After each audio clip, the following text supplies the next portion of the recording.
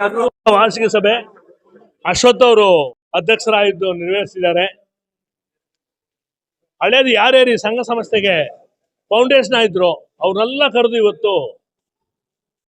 ಗಾರ್ಲೆನ್ ಮಾಡಿ ಅವ್ರಿಗೆಲ್ಲರಿಗೆ ಒಂದು ಧನ್ಯವಾದ ಹೇಳಿದ್ದಾರೆ. ಬಹಳ ದೊಡ್ಡ ಧನ್ಯವಾದಗಳು. ಅದ್ರ ಜೊತೆಗೆ ಲಾರಿ ಮಾಲೀಕರಿಗೆ ಇನ್ನ ಸದಾ ಅವರು ಕೆಲಸ ಮಾಡ್ತಾನೆ ಇದ್ದಾರೆ.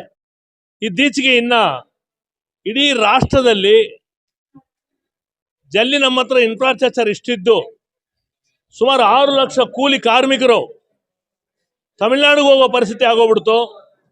ಇಲ್ಲಿ ಜಲ್ಲಿ ಹೊಡಿಲಿಕ್ಕಾಗಲಿ ಜಲ್ಲಿ ಮಿಷನ್ಗಾಗಲಿ ಸರ್ಕಾರ ಇನ್ನ ಸೌಲಭ್ಯ ಮಾಡಿಕೊಡ್ಬೇಕು ಅಂತ ನಾವು ಮಾಗಡಿ ರಸ್ತೆ ಲಾರಿ ಮಾಲೀಕರ ಸಂಘ ಮೂಲಕವಾಗಿ ಸ್ಟೇಟ್ ಪ್ರೆಸಿಡೆಂಟ್ ಸಿದ್ದರಾಜ್ ಅವರು ಮೂಲಕವಾಗಿ ಇವತ್ತು ನಾವು ಸರ್ಕಾರಕ್ಕೆ ಮನವಿ ಮಾಡ್ತಾ ಇದ್ದೀವಿ. ಲಾರಿ ಮಾಲೀಕರು ಬಾಡಿ ಲೆವೆಲ್ ಓಡಿಸ್ಬೇಕು ಎಂಬ ತೀರ್ಮಾನ ನಾವೇ ತಗೊಂಡ್ಬಿಟ್ಟಿದ್ದೀವಿ. ಇವತ್ತು ಯಾವುದೇ ಕಾರಣಕ್ಕೆ ಬಾಡಿ ಲೆವೆಲ್ ಮ್ಯಾಗೆ ನಾವು ಓಡಿಸಲ್ಲ ಎಂಬ ತೀರ್ಮಾನ ತಗೊಂಡು ಯಾರಿಗೂ ಪಬ್ಲಿಕ್ಗೆ ತೊಂದರೆ ಆಗದಿರೋ ತಾರ್ಪಾಲ್ ಹಾಕೊಂಡು ಹೋಗಲೇಬೇಕು ಹಂಗಂಬೋದು ನಾವೇ ಸರ್ಕಾರಕ್ಕೆ ಮನವಿ ಮಾಡ್ತಾ ಇದ್ದೀವಿ. ಅದ್ರ ಜೊತೆಗೆ ನಮ್ಮ ಉದ್ದಿಮೆ ಬೆಳಿಬೇಕಂತ ಹೇಳಿದ್ರೆ ಸರ್ಕಾರ ನಮ್ಮ ಜೊತೆಗೆ ಕೈ ಜೋಡಿಸ್ಕೋಬೇಕು. 1 ಕಾಸು ರೂಪಾಯಿ ಇವತ್ತಿನ ತನಕ ರೈತರಿಗೆ ಕೊಟ್ಟಂಗೋ ಇಲ್ಲ ಈ ಫ್ರೀ ಕೊಟ್ಟಂಗೋ ಯಾವ ಲಾರಿ ಮಾಲೀಕರು 1 ರೂಪಾಯಿ ಇದ್ರ ತನಕ ನಾವು ಸರ್ಕಾರದ ಹತ್ರ ಏನು ತಗೊಂಡಿಲ್ಲ. ಒಂದಿನಕ್ಕೆ ಒಂದು ಲಾರಿಯಲ್ಲಿ 4,000 ರೂಪಾಯಿ ನಾವು ಟ್ಯಾಕ್ಸ್ ಕಟ್ತಾ ಇದ್ದೀವಿ. ಸರ್ಕಾರದಿಂದ ಏನು ನಮ್ಗೆ ಉಪಯೋಗ ಇಲ್ದೋರ್ನು ನಮ್ಗೆ ಅಲ್ಲಲ್ಲಿ ಸೌಲಭ್ಯ ಮಾಡೋದು ಕಿರುಕುಳ ಕೊಡದಿರ ಇರಬೇಕು ಅಂತ ಹೇಳ್ಬಿಟ್ಟು ನಾವು ಮನವಿ ಮಾಡ್ತಾ ಇದ್ದೀವಿ. ಅದೇ ಥರ ಈ GPS ಫಿಕ್ಸ್ ಮಾಡೋದ್ರಿಂದ ಭಾಳ ದೊಡ್ಡ ತೊಂದರೆ ಆಗಿದೆ. ಹಲವಾರು GPS ಕಂಪನಿಗಳು ನಮ್ಮ GPS ಮಾನಿಟರ್ ಮಾಡಿ ಅವರವರೇ ಲೋಡ್ ಓಡಿಸ್ಕೊಂಬೋ ಸಬ್ಜೆಕ್ಟ್ನ ಹಲವಾರು ಜನ ಮಾಡ್ತಾ ಇದ್ದಾರೆ. ಆದ್ದರಿಂದ ತಮಿಳುನಾಡಿಂದ ಒಂದು ದಿನಕ್ಕೆ 60,000 ಟನ್ ಕರ್ನಾಟಕ ಬರ್ತಾ ಇದೆ. ಸಂತೋಷ, ನಾವು ಅವನು ಬರಬೇಡ ಅಂತ ಹೇಳಿಲ್ಲ.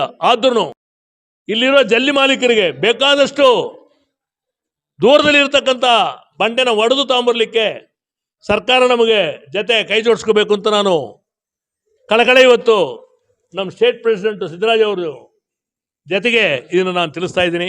ನಮ್ಮ ಉದ್ದಿಮೆ ಬೆಳಿಲಿಕ್ಕೆ ಸರ್ಕಾರ ಆದಷ್ಟು ಬ್ಯಾಂಕ್ ಫೈನಾನ್ಸು ಮತ್ತು FCI ಮೂಲಕ ನಮಗೆ ಹಣ ಕೊಡಬೇಕು ಅಂತ ಹೇಳ್ಬಿಟ್ಟು ಅದನ್ನು ಕೂಡ ಇವಾಗ ನಾನು ಆ ಬೇಡಿಕೆನ ಇಡ್ತಾ ಇದ್ದೀನಿ. ಇನ್ನು ಬರೋ ದಿವಸದಲ್ಲಿ ಸರ್ಕಾರ ನಮ್ಮ ಜೊತೆಗೆ ಕೈ ಜೋಡಿಸಿದ್ರೆ ಬೇಕಾದಷ್ಟು ಮೆಟ್ರೋ ಕಾಮಗಾರಿ ನಡೀತಾ ಇದೆ, ಇಲ್ಲಿ ಬೇಕಾದಷ್ಟು ಇಂಡಸ್ಟ್ರಿ ನಡೀತಾ ಇದೆ, ಬೇಕಾದಷ್ಟು ರೋಡ್ ಡೆವಲಪ್ಮೆಂಟ್ ನಡೀತಾ ಇದೆ.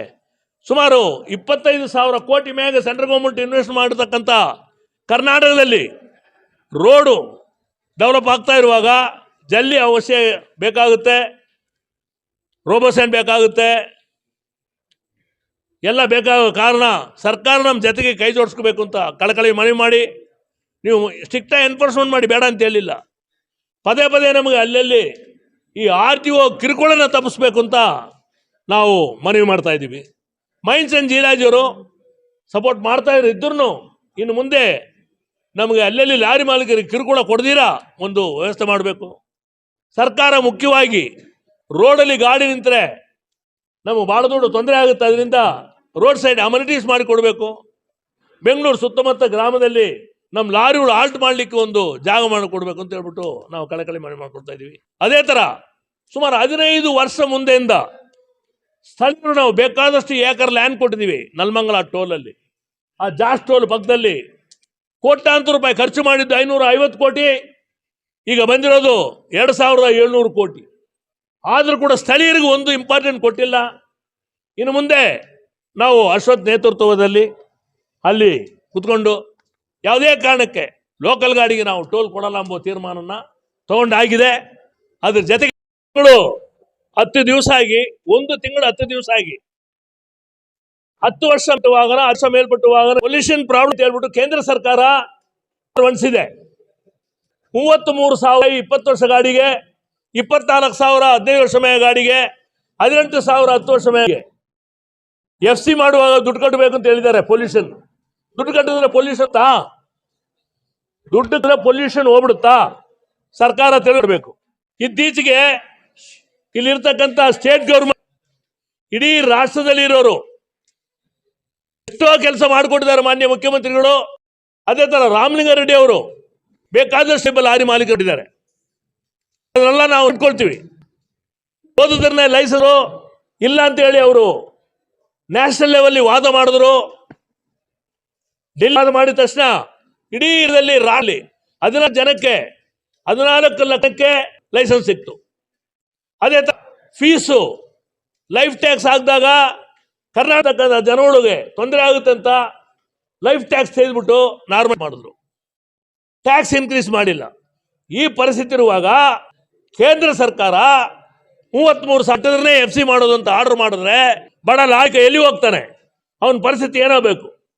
ಆದ್ರಿಂದ ಇದನ್ನ ಅಬೈನ್ಸಲ್ಲಿ ಇಡಬೇಕು ಅಂತ ಹಲವಾರು ಸಲ ಹೇಳಿ ಜಾರ್ಖಂಡಲ್ಲಿ 1 ವರ್ಷ ಅಬೈನ್ಸಲ್ಲಿ ಇಟ್ಟಿದ್ದಾರೆ, ಕೇರಳದಲ್ಲಿ 1 ವರ್ಷ ಅಬೈನ್ಸರೆ, ಆದ್ರೆ ಕರ್ನಾಟಕದಲ್ಲಿ ಇದ್ರ ತನಕ ಇಟ್ಟಿಲ್ಲ. ರಾಮಲಿಂಗಾರೆಡ್ಡಿ ಮಿನಿಸ್ಟ್ರಿ ಹೇಳಿದ್ರು ಅಧಿಕಾರಿಗಳು ಸರಿಯಾದ ತೀರ್ಮಾನ ತಗೊಂಡಿಲ್ಲ. ಆದ ಇನ್ನು 5 ದಿನ ಟೈಮ್ ಕೊಡ್ತೀವಿ. 15ನೇ ತಾರೀಕಿಂದ ಈ ಹಳೆ ಗಾಡಿ ಹಳೆ ಪ್ರಕಾರ FC ಕಲೆಕ್ಟ್ ಮಾಡಿದೋರೆ ಅನಿರ್ದಿಷ್ಟ ಕಾಲ ಮುಷ್ಕರ ಅವುಗಳೆಲ್ಲ ಗೂಡ್ ಶೆಡ್ಯಲ್ಲಿ ಹೋಗೋ ಗಾಡಿಗಳನ್ನ ನಿಂತೋಗ್ಬಿಡುತ್ತೆ.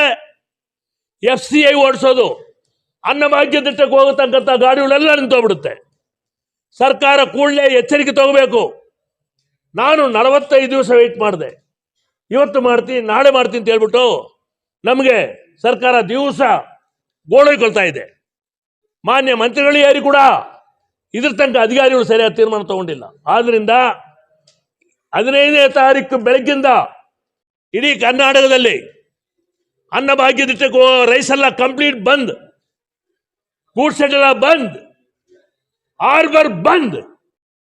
ಎಷ್ಟು ಸಲ ಹೇಳೋದ್ರಿ? ನಾವು ಬಿಚ್ಚ ಬಿಡ್ಬೇಕಾ? ನಾವು ಸರ್ಕಾರದ ಜೊತೆಗೆ ಎಷ್ಟು ಸಲ ಮಾತಾಡಲಿ? ಬಡ ಮಾಲೀಕನ ಹೊಟ್ಟೆ ಏನಾಗೋದು ಗತಿ?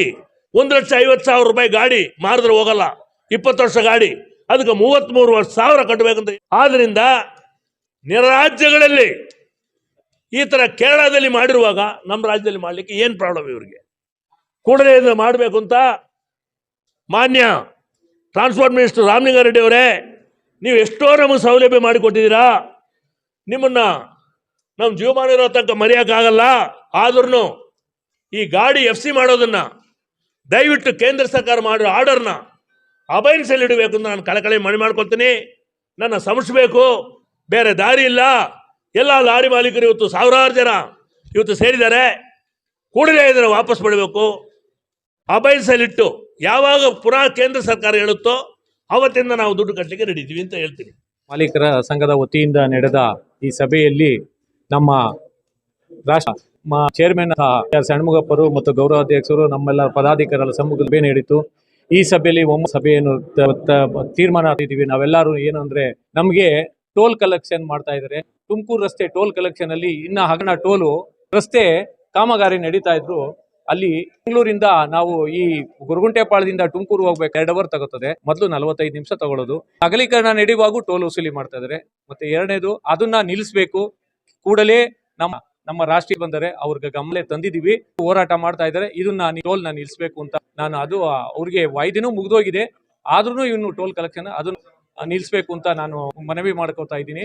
ಮತ್ತೆ ನಮ್ಮ ಹಳೆ ಲಾರಿ 15 ವರ್ಷ ಮೇಲ್ಪಟ್ಟ ಲಾರಿ ಮಾಲೀಕರಿಗೆ ಒಂದು ಇದೆ, 20% ಇದೆ. ಹಳೆ 15 ವರ್ಷ ಮೇಲ್ಪಟ್ಟವ್ರು 20% ಇದೆ. ಆ ಲಾರಿಗಳಿಗೆ FC ಆಗ್ತಾ ಇಲ್ಲ ಕಳೆದ 1 ತಿಂಗಳಿಂದ. ಅದನ್ನ ಅಧ್ಯಕ್ಷರು ಇವಾಗ ನಮ್ಮ GR ಷಣ್ಮುಗಪ್ಪನವರು ಹೋರಾಟ ಮಾಡಿ ನಮ್ಮ ಡೆಲ್ಲಿ ಲೆವೆಲಿಂದ ಮಾತಾಡಿ ನಿನ್ನೆ ತಾನೇ ಬಂದಿದ್ದಾರೆ. ಆದರೆ ಇನ್ನು 2-3 ದಿನದಲ್ಲಿ ಇದನ್ನ ತೀರ್ಮಾನ ಕೊಡ್ತೀನಿ ಅಂತ ಮಾತಾಡ್ಕೊಂಡ್ ಬಂದಿದ್ದಾರೆ. ಕೊಡ್ಲಿಲ್ಲ ಅಂದ್ರೆ ಉಗ್ರವಾದ ಹೋರಾಟ ಮಾಡೋಕ್ಕೆ ನಮ್ಮ ಲಾರಿ ಮಾಲೀಕರ ಸಂಘದ ವತಿ ಎಲ್ಲರೂ ನಮಗೆ GR ಷಣ್ಮುಗಪ್ಪರಿಗೆ ನಾವು ಸಪೋರ್ಟ್ ಕೊಡ್ತೀವಿ. ನಾವೆಲ್ಲ ಹೋರಾಟ ಮಾಡೋಕ್ಕೆ ಸಜ್ಜಾಗಿದ್ದೀವಿ. ನಮಗೆ ಫಲ ಸಿಕ್ಲಿಲ್ಲ ಅಂದ್ರೆ ನಾವು ಹೋರಾಟ ಮಾಡ್ತೀವಿ. ಯಾಕೆಂದ್ರೆ ನಮ್ಮ ಲಾರಿ ಮಾಲೀಕರು ಉದ್ಯಮರುಗಳು, ನಮ್ಮ ಲಾರಿ ಮಾಲೀಕರು ಇಲ್ದಲೆ ಈ ದೇಶದ ಆರ್ಥಿಕ ಪರಿಸ್ಥಿತಿ ಇಲ್ಲ. ಆರ್ಥಿಕ ಪರಿಸ್ಥಿತಿ ಲಾರಿ ಮಾಲೀಕರೇ. ಒಂದು ದಿನ ಲಾರಿ ನಿಂತ್ರೆ ನಮ್ಮ ಇಡೀ ಇಂಡಿಯಾದಲ್ಲಿ ಲಾರಿ ನಿಂತ್ಕೊಂಡ್ಬಿಟ್ರೆ ಯಾವ ಪರಿಸ್ಥಿತಿ ಆಯ್ತದೆ ಅಂದ್ರೆ, ಯಾವುದೇ ಒಂದು ಸಾರ್ವಜನಿಕರಿಗೆ ಅವರಿಗೆ ಒಂದು ವಸ್ತುಗಳು ಸಿಗದೇ ಇರೋ ಪರಿಸ್ಥಿತಿ ಉಂಟಾಗುತ್ತೆ. ಯಾಕೆಂದ್ರೆ ಲಾರಿಯಿಂದ ಎಲ್ಲಾ ಒಂದು ಈ ಕಾಶ್ಮೀರದವರೆಗೂ ಓಡಾಡೋದು ನಮ್ಮ ಲಾರಿ ಟ್ರಾನ್ಸ್ಪೋರ್ಟ್ ಎಲ್ಲ ತಗೊಂಡೋಗೋದೇ ನಮ್ಮ ಲಾರಿ ಮಾಲೀಕರು. ಲಾರಿ ಮಾಲೀಕರು ಇಲ್ಲ ಅಂದ್ರೆ ನಾವು ಸರ್ಕಾರನೇ ಇರಲ್ಲ. ಲಾರಿ ನಾವು ಅಡ್ವಾನ್ಸ್ ಆಗಿ ಟ್ಯಾಕ್ಸ್ ಕಟ್ತೀವಿ. ಅಡ್ವಾನ್ಸ್ ಆಗಿ ಟ್ಯಾಕ್ಸ್ ಕಟ್ಟಿ ಅವ್ರಿಗೆ ಲಾರಿ ಓಡಿಸ್ತೀವಿ. ಹಂಗೂ ನಮ್ಗೆ ಲಾರಿ ಮಾಲೀಕರಿಗೆ ಯಾವುದೇ ಸೌಕರ್ಯ ಸರ್ಕಾರದಿಂದ ಲಭಿಸ್ತಿಲ್ಲ. ನಮ್ಗೆ ಈ ಸರ್ಕಾರದಿಂದ ಈ ಸೌಕರ್ಯಗಳು ಲಭಿಸ್ಬೇಕು ಅಂತ ನಾ ಈ ಮೂಲಕ ಕೇಳ್ಕೊತಾ ಈ ನಮ್ಮ ಮಾಗಡಿ ರಸ್ತೆ ಮಾಲೀಕರ ಎಲ್ಲ ಸಂಘಟನೆಗಳ ಒಟ್ಟಾಗಿ ಸೇರಿ ಹೋರಾಟ ಮಾಡೋಕ್ಕೆ ನಮ್ಮ ಅಧ್ಯಕ್ಷ DR ಷಣ್ಮುಗಪ್ಪ ಅವ್ರ ಅಧ್ಯಕ್ಷರಿಗೆ ನಾವು ಸಪೋರ್ಟ್ ಮಾಡ್ತೀವಿ. ಹೋರಾಟಕ್ಕೆ ನಾವು ಸಜ್ಜಾಗಿದ್ದೀವಿ ಅಂತ ಹೇಳ್ತಾರೆ. ಈಗ ಮಾಗಡಿ ರಸ್ತೆ ಮಾಲೀಕರ ಸಂಘ ಇವತ್ತು ಆಲ್ ಮೋಟಾರ್ ಕಾಂಗ್ರೆಸ್ ಅಧ್ಯಕ್ಷರು ಇಲ್ಲಿ ಕರೆಸಿ ಒಂದು ಸಭೆ ಎಚ್ಚರಿಕೆ ಇದ್ದೀವಿ. ಈ ರಸ್ತೀಕರಣ ಕೂಡ ಇನ್ನು ಅಂತಮೇ ವೇಗದಲ್ಲಿ ನಡೀತಾ ಇದೆ. ಲಾರಿಯವರಿಗೆ ನೋವಾಗ್ತದೆ. ಯಾಕೆಂದ್ರೆ ವ್ಯಾಪಾರ ಸರ್ಕಾರದಲ್ಲಿ ಹಣ ಇಲ್ಲ, ಅಧಿಕಾರಿಗಳ ಕಿರುಕುಳ ಕೂಡಲೇ ಮುಖ್ಯಮಂತ್ರಿ ಅವರು ನೆರವು ಬರಲೇಬೇಕು. ಬರದೇ ಇದ್ರೆ ಈ ಉದ್ಯಮ ಉಳಿಯೋದಿಲ್ಲ. ಇವತ್ತು ಬೆಂಗಳೂರು ಮಹಾನಾಡು ಕಟ್ಟದಂತ ಕೆಂಪೇಗೌಡ ರಸ್ತೆ ಇದಕ್ಕೆ ಆದ್ಯತೆ ಕೊಡಲಿಲ್ಲ ಅಂದರೆ ಇವತ್ತು 4-5 ಲಾರಿ ಮಾಲೀಕರು ಇವತ್ತು 4-5 ಸಾವಿರ ಲಾರಿಗಳನ್ನ ಇಟ್ಕೊಂಡು ಜೀವನ ನಡೆಸ್ತಾವ್ರೆ. ಈ ಭಾಗದ 60-70 ಕ್ರಷರ್ ಘಟಕಗಳು ಇದ್ರೂ ಕೂಡ ಇವತ್ತು ವ್ಯಾಪಾರದ ಒಂದು ತಾರತಮ್ಯ ಅಂದರೆ ಪೈಪೋಟಿ. ತಮಿಳುನಾಡಿಂದ ಜಲ್ಲಿ ಬರ್ತಾ ಇದೆ, ಆಂಧ್ರ ಜಲ್ಲಿ ಬರ್ತಾ ಇದೆ, ಮಹಾರಾಷ್ಟ್ರದಿಂದ ಜಲ್ಲಿ ಬರ್ತಾ ಇದೆ. ಇವೆಲ್ಲ ಒಂದು ರಾಜ್ಯದಿಂದ ಬರೋದ್ರಿಂದ ಇವತ್ತು ನಮ್ಮ ಉದ್ಯಮಕ್ಕೆ ದೊಡ್ಡ ಪೆಟ್ಟಾಗ್ತಾ ಇದೆ. ಇವತ್ತು ಬೆಲೆ ತಾರತಮ್ಯದಿಂದ ನಮ್ಮ ಲಾರಿ ಮಾಲೀಕರು ಬೀದಿಗೆ ಬರ್ತಾವ್ರೆ. ಇವತ್ತು ಲಾರಿನೇ ಇಟ್ಕೊಂಡು ಜೀವನ ಮಾಡ್ತಿರ್ತಕ್ಕಂಥ ಈ ರಸ್ತೆ ಭಾಳಷ್ಟು ಜನ, ಸುಮಾರು ಲಕ್ಷಾಂತರ ಜನ ಇವತ್ತು ಬೀದಿಗೆ ಬರೋಂಥ ಕಾಲ ದೂರ ಇಲ್ಲ. ಆದ್ದರಿಂದ ರಾಷ್ಟ್ರೀಯ ಅಧ್ಯಕ್ಷನ ಜೊತೆಗೂಡಿ ನಾವು ಮುಂದೆ ನಮ್ಮ ಮಾರ್ಚ್ ಅಧಿವೇಶನದಲ್ಲಿ ನಾವು ಒಂದು ದೊಡ್ಡ ಹೋರಾಟ ಮಾಡಬೇಕು ಅಂತ ಇದ್ದೀವಿ. ಅಷ್ಟರೊಳಗಡೆ ಮುಖ್ಯಮಂತ್ರಿಯವರು ನಮ್ಮನ್ನೆಲ್ಲ ಕರೆದು ಒಂದು ಮಾತುಕತೆ ನಡೆಸಿ ಗಣಿ ಇಲಾಖೆ, RTO ಇಲಾಖೆ, ಇನ್ನಿತರೆ ಇಲಾಖೆ ಕಿರುಕುಳ ತಪ್ಪಿಸಿ ಒಂದು ಸುಗಮವಾಗಿ ವ್ಯಾಪಾರ ಮಾಡೋಕ್ಕೆ ಅವಕಾಶ ಮಾಡಿಕೊಡ್ಬೇಕು ಅಂತೇಳಿ ಈ ಮೂಲಕ ಒತ್ತಾಯಪಡಿಸ್ತೇನೆ ಸರ್ಕಾರಕ್ಕೆ.